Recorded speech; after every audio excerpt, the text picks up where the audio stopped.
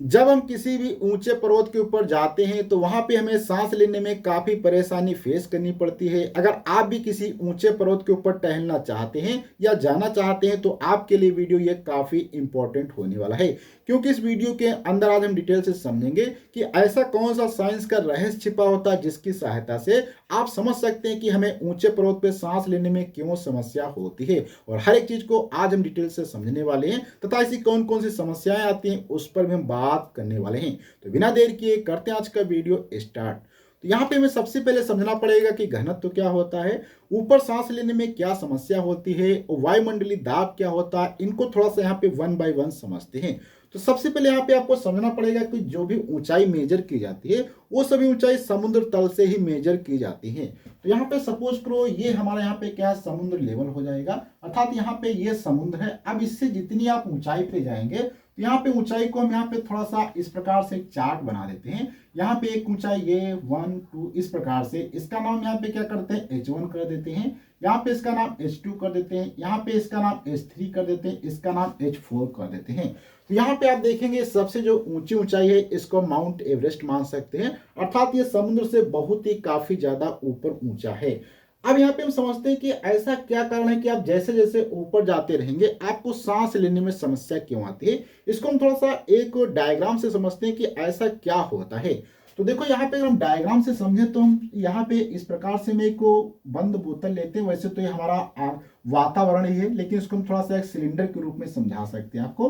तो इसके अंदर यहाँ पे आप देखेंगे अगर ये ऊपर से हमने इसको यहाँ से क्या कर दिया है, ब्लॉक कर दिया है। इसके अंदर यहाँ पे हम कुछ गैसों को भरते हैं जो कि यहाँ पे आप समझ सकते हैं। जैसे कि यहाँ पे देखेंगे कि यहाँ की गैसें कुछ आपको नीचे के पार्ट की गैसें आपको यहाँ पे थोड़ा सा ज्यादा पास पास में देखने को मिलेंगी, जो कि यहाँ पे आप देख सकते हैं। इसी प्रकार से थोड़ा सा मैं क्या करता हूँ, इन गैसों को जैसे जैसे मैं ऊपर की तरफ जा रहा हूँ यहाँ पे आप देखेंगे इन गैसों के बीच की जो है दूरी को मैं धीरे धीरे क्या करते जा रहा हूँ, घटाते चला जा रहा हूँ। यहाँ पे आप देखेंगे जैसे जैसे मैं ऊंचे जाता हूँ यहाँ पे आप देखेंगे गैसों के बीच की दूरी घटती जा रही है और यहाँ पे गैसों की मात्रा भी क्या ऊपर घटती चली जा रही है।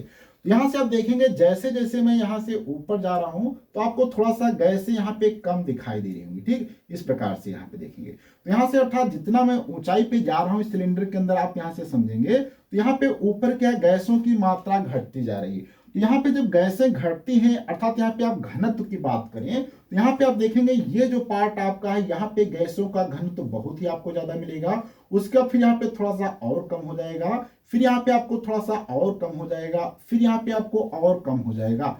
अर्थात यहाँ पे आप देख सकते हैं ये मान लो घनत्व हमारा रो1 हो जाएगा, ये हमारा घनत्व यहाँ पे रो2 हो जाएगा, ये हमारा घनत्व यहाँ पे रो3 हो जाएगा और ये घनत्व हमारा रो4 हो जाएगा। अर्थात पे मैंने घनत्व बताया, घनत्व का मतलब होता है कि गैसें कितना पास पास में है। और हम सभी जानते हैं कि हमारे वातावरण के अंदर काफी गैसें पाई जाती हैं, जिसमें से जो हमारे लिए सबसे ज्यादा इंपॉर्टेंट गैस होती है वो हमारी गैस क्या होती है, O2 होती है, अर्थात ऑक्सीजन गैस होती है।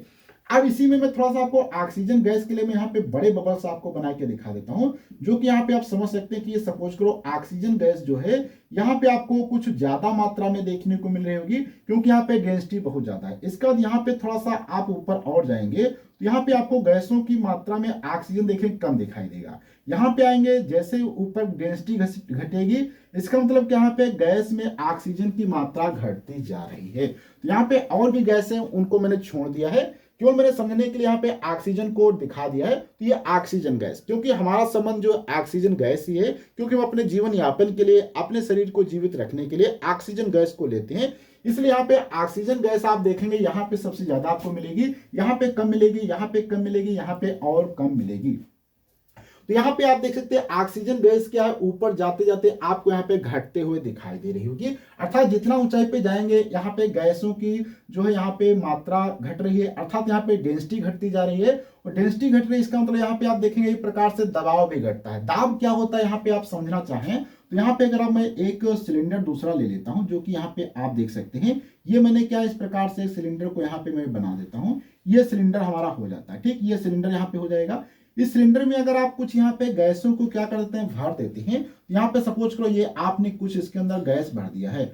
अब ये गैसें क्या होती है, लगातार इसके ऊपर सिलेंडर पे एक दबाव लगाती रहती है, इसे हम क्या कहते हैं, दाब कहते हैं। तो ये होता है प्रेशर। अब यहाँ पे प्रेशर भी आप देखेंगे, यहाँ पे P1 होगा, यहाँ पे P2 होगा, यहाँ पे P3 होगा, यहाँ पे P4 होगा।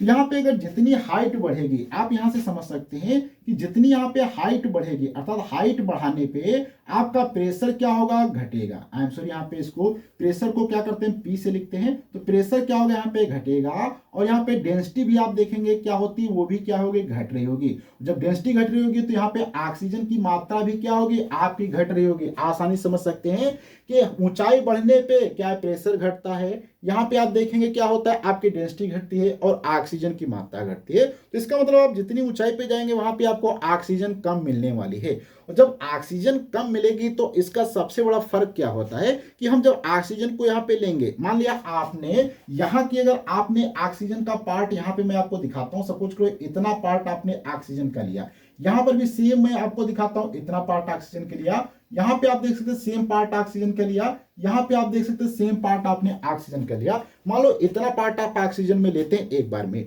अब यहाँ पे आप लेंगे, इसमें आप देखेंगे आपको 4 यहाँ पे गैस के अणु जो है ऑक्सीजन के मिल जाते हैं, जो कि नीचे। थोड़ा सा आप ऊपर बढ़ेंगे, यहाँ पे आप देख सकते हैं आपको क्या है, यहाँ पे 3 अणु मिलते हैं। और थोड़ा ऊंचाई पे जाएंगे, यहाँ पे केवल आपको 3, एक ही ऑक्सीजन का मिलेगा। ऊपर जाएंगे, हो सकता है यहाँ पे 1 मिले या उससे कम मिले या ना कभी कभी मिले। इस कारण से यहाँ पे तो आपको ऑक्सीजन की आपके शरीर की पूर्ति हो जाती है, जिससे आपका शरीर नॉर्मल तरीके से वर्क करता रहता है। लेकिन जैसे ऊंचाई बढ़ती है तो ऑक्सीजन की मात्रा यहाँ पे कम मिलती है। और हम सभी जानते हैं अगर आपको शरीर को ऑक्सीजन की मात्रा कम मिलेगी तो आपको काफी प्रॉब्लम फेस करनी पड़ सकती है, जैसे कि आपको हार्ट को ज्यादा वर्क करना पड़ेगा, अर्थात वो जल्दी जल्दी ब्लड सर्कुलेट बढ़ाएगा, क्योंकि उसको ऑक्सीजन की जरूरत है। इसी प्रकार से शरीर के अंदर और भी बहुत सारी क्रियाएं जो होती है ऑक्सीजन पर निर्भर करती हैं। इसलिए यहाँ पे आपको बहुत सारी प्रॉब्लम फेस होंगी, जैसे कि आपका सर दर्द होने लग सकता है, क्योंकि हम जानते हैं कि हमारे शरीर में जो मस्तिष्क होता है उसको ऑक्सीजन की बहुत ही ज्यादा जरूरत होती है। तो इसलिए ऑक्सीजन न मिलने से आपके शरीर में दर्द हो सकता है,